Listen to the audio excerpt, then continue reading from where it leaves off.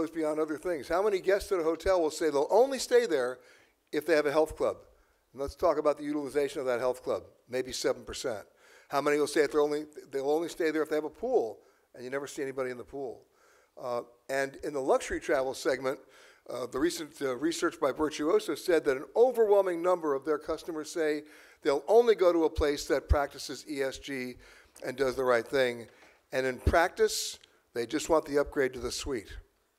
So we really do have a lot more work to do when it comes to that, and I think the jury still is out. But thank you again for everybody for participating in this panel. Our next is a case study. Cruise ships and sustainability. It may seem like an oxymoron, but our next guest may differ with that. Please welcome Hervé Bellaïche, who is the Deputy CEO and the CMO of Ponant.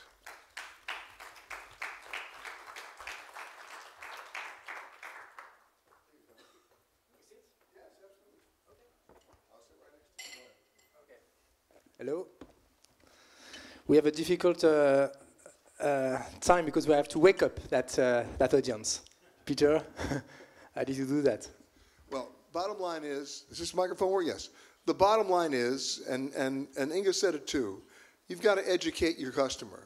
You have to educate your passenger. They can't connect the dots on their own, and mission statements have a very short shelf life.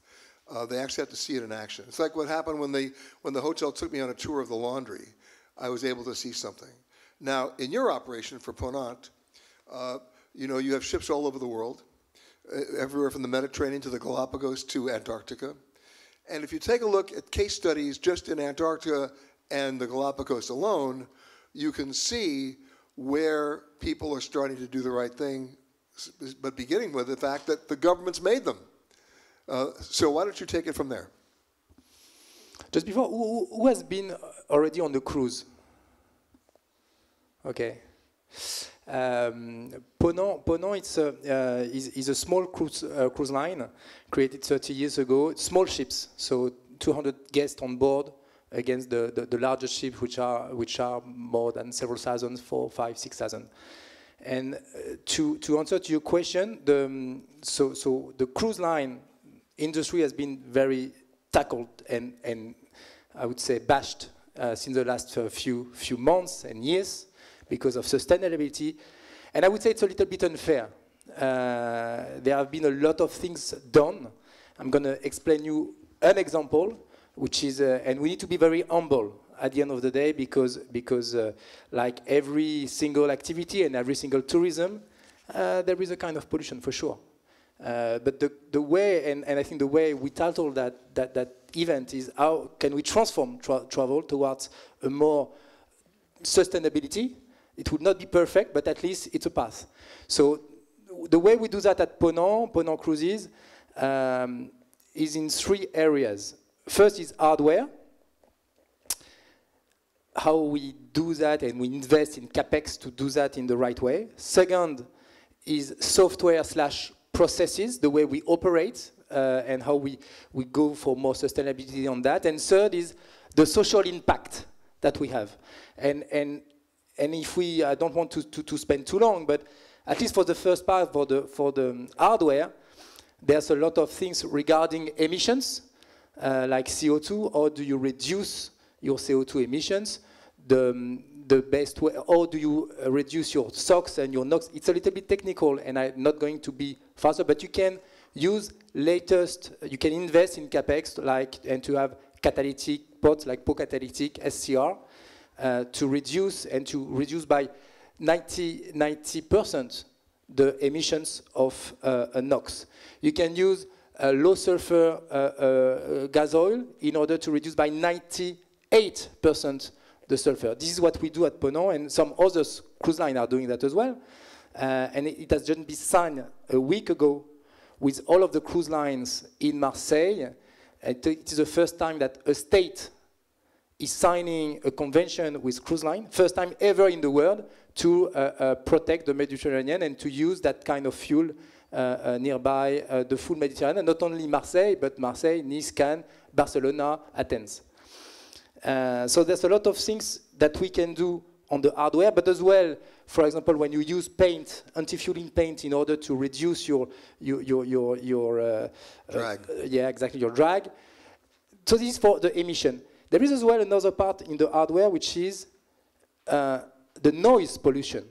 It's another way of sustainability. So when you are on the sea, you don't want to disturb too much your environment, so you need to reduce things. By using electric power, we do that at Ponant. You can sail without any noise. When we use the sails boat, we use wind. You do not pollute, of course, but you do not have any sound. There is as well the light pollution. We try to reduce the light in order to, of course, we want to have the best experience and to have the beautiful ship and to have, yeah, so we do that. But we try to do that in a moderated, controlled way. Can I ask a question? Yeah, of course. I go back to 1984. I was on a cruise ship and they told me that, oh, we're very environmentally friendly. Their definition of environmentally friendly back in 1984 is we only burn the garbage at night so nobody sees it. Yeah. Right. And if you went out on deck at night, your white shirt became black. Obviously now that's changed. You have different regulations. You have entire decks on cruise ships devoted to waste management. I'm assuming you have a zero tolerance policy? Yeah, exactly. And this is the second aspect, and thank you for the question because I was not expecting that. But the second aspect was the processes, the way you treat, for example, the waste, as you said. In a small ship, when you are very, very small, you don't have space. This is the main issue that you have. So you have to retreat everything. So 100% of the waste is retreated on board. Is sorted on board, and 60% of that is reused. 60%, while normally us today, we reuse only 2% of what we treat. So the waste is reused only by 2%.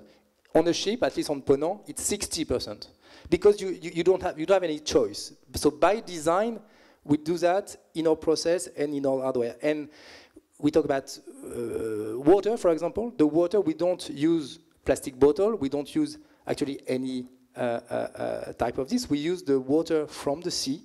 We treat them, and we give that to the guest, and they pay for that. No, actually, it's free. It's including the price, but it's no, water from the sea. For it, don't worry. It's treated because you don't have to carry anything. Right. No plastic, nothing. So the way we organize things, and another aspect in the process is the speed, which is the most important. If you reduce the speed on the ship, on the cruise ship, by 2 knots, which is not very important, you reduce the consumption by 40%. 40%. So, of course, we want to do that. We don't want to change so much the guest experience. So, of course, what Ponant's proposing is always the most beautiful things. But in the design of the cruise, we take that into account to do as much as we can to reduce speed, for example.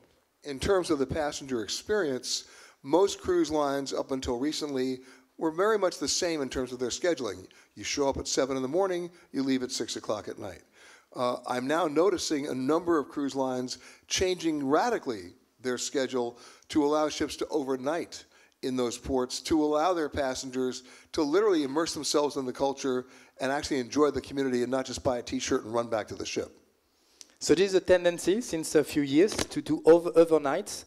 That helps for the guest experience, that helps for reducing consumption. And at the end of the day, it's more and more common. So yes, at Ponant, we do that as well. The only difficulty is that in some cases, people want to make a maximum of destinations. So you have to balance that. But it's not a race. Here's my question. It goes back to what Inga was saying about educating the passenger or educating the customer. How many of your passengers ask to see the waste deck? How many of them do you give a tour to show them what happens when they flush their toilet? How many of them ask to see what happens to the cardboard, the glass, the reusables? Actually, all passengers are wealthy passengers. They are very well educated. But that wasn't the question. No, I understand. But yeah. they are asking that type of questions. Yeah. So that's because they are educated, so they understand the stakes of what we do is not, and sorry to use a French word, we don't do bronzer idiot, but we educate people. We want people not to come only to have fun and to relax. Of course, they're going to do that, but they're going to learn. So we bring scientists on board, we bring naturalists, we bring birders, we bring people that explain them the beauty of the world. And so on top of the question that they may ask on how you recycle, actually they do not really ask so much that because it's not their main purpose. However, what they ask is the global warming. They ask the community that they meet, how does it come? How do you see the type of tourism that we do? This kind of things is very important for them. They don't want to be attacked as I would say mass tourism that is not accepted by the communities. So what we do at Ponant for them is to educate people. So we bring scientists. We even have in some departures some scientific workshop. So they participate to that. They are acting, though they are not only listening, but they are participating to what they do, to what we do. We have a ship, the Commandant Charcot, where we have 20 scientists project who comes there for free. We give them the platform, and on the contrary, in the balance, they have to explain what they do, and they have to have people participating. And regarding so this is the third, I would say, aspect, the social impact that we have. At the end of the day, and I think this is the most important of what we do and how we can transform travel, is that we deeply think that we protect what we know. Okay, you cannot protect in your canapé watching TV. You protect what we know. So when we go in Antarctica, in Arctic, when we visit Inuit, when we visit that type of areas, we bring them people, and they come back. They are ambassadors of the white continent. They come back. They want to adhere to subsidize to foundations. So they transform. So we transform travel by transforming them, and it's a transformative travel at the end of the day because we have a social impact to them, and this is lucrative because we are not foundation. They pay. We earn money, but at the end of the day, we think, at least the way we understand that we protect better what we know, and we know better what we understand. So we give them some food, some meat to understand, so that they come back and they protect. Well, you're going to some destinations on your ships that lend themselves very well to that experience. The Antarctic, of course, and the Galapagos. Yeah. And the Galapagos, they've restricted the number of ships that can be there at any one time. And the Antarctic, there are strict, basically global restrictions on what you can and can't take, what you can and can't leave, and what you're not allowed to do.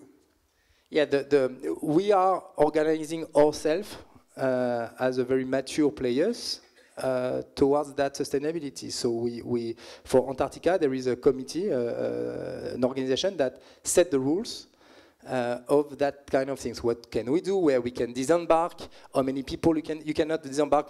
For example, more than 100 people at a certain time. So you cannot have a ship of 5,000 people disembarking in Antarctica. This is not possible. This is not acceptable. So cruise line does not do that. They are organizing that type of things. For example, when you disembark in Antarctica, you have to wear specific boots. The boots are treated when you go off the ship and when you come back. Exactly, because you cannot transport from one location to another some microbar from one part to another. So it's very strict again. So in the amount of time we have left, let me ask this question. We know what you're doing.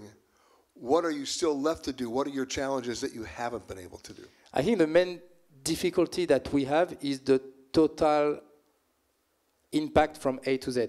When we go to Antarctica, we can do anything on Ponant ship. The issue that you need to take a plane, you need to have so I know that there was this morning some discussion on that, but we are working, for example, with Air France and with Accor to have a selected number of departures which are zero carbon. So it's on Ponant ship it will be, I would say, more easy, but the issue at the end of the day is A to Z. When you looked at the total footprint, the cruise is only one part of the travel, of the journey. One thing I want to talk about, which applies to everybody in the travel industry, is what was unintended, which was called the pandemic. And the pandemic really forced everybody to change their protocols, whether they liked it or not. On the cruise line, it forced a new design. design in terms of ventilation, design in terms of dining, design in terms of space, design in terms of what the ports would or would not allow you to do. So it may have had the effect of accelerating the kind of sustainability changes you were trying to do. You're right. We have been from March to June 2020 reshuffling everything at Ponant. We have been, and I want to pay a tribute to the French. We have been the first cruise line in the world to come back to business the 11th of July 2020, and this was. Thank you, Jean-Baptiste Lemoine, for that. It was with the help of Jean-Baptiste Lemoine, who have signed an agreement the morning at 10 a.m. so that the ship would depart at 4. And it was unbelievable. So we've changed everything in our protocol to do that. I would say the hardware is difficult to change because you cannot switch like this in such a limited time. But it has changed at the end of the day the way people are accepting that type of protocol. When I was talking on Antarctica and the shoes, this is more easy to accept and to understand the constraint that the sustainability could have against what they have been experiencing themselves in their life. One last question, and that is, of course, but when the pandemic happened, every shipyard around the world was already operating at 100% capacity, of every size and pedigree, from the 7,000 passenger ships to the expedition ships, many of which you were operating. Well, they're still full, and they're still producing new ships. So what have you been able to tell the shipyards to do? Stop what you're doing now and do this. Were you able to actually get in there in the production of the ships early enough in to say, emphasize this new technology now? Because otherwise you're waiting 6 years. You're right. That is why, specifically for Ponant, we decided not to build any ship from that time. Actually, so we do not have any plan to build any ship. The next ship, we have announced that a few days ago, will be a zero carbon, not neutral, not we compensate and we pay. It will be a zero carbon ship, so zero carbon ship, and this we need to have the right, I would say, technology, which is not available today. So that's why, while Ponant has been building a lot of ships since 10 years, so between 2013 and 2020, now we have stopped building, and we're going to have a gap from that time to 2026 at least. We cannot have any ship before because we want to have the top-notch zero carbon emission. So you'll wait for the technology? Yes. And we wait and we push them. So to answer more specific to your question, we are asking the shipyards, we are hired 20 people, scientists, hired by Ponant to work specifically on that, to be, I hope, or to be, not I hope, because I hope maybe some other will do that, but to lead, to raise the bar of sustainability and to push the suppliers to do that. Hervé, thank you so much for joining us. Thank you very much. Please thank Hervé.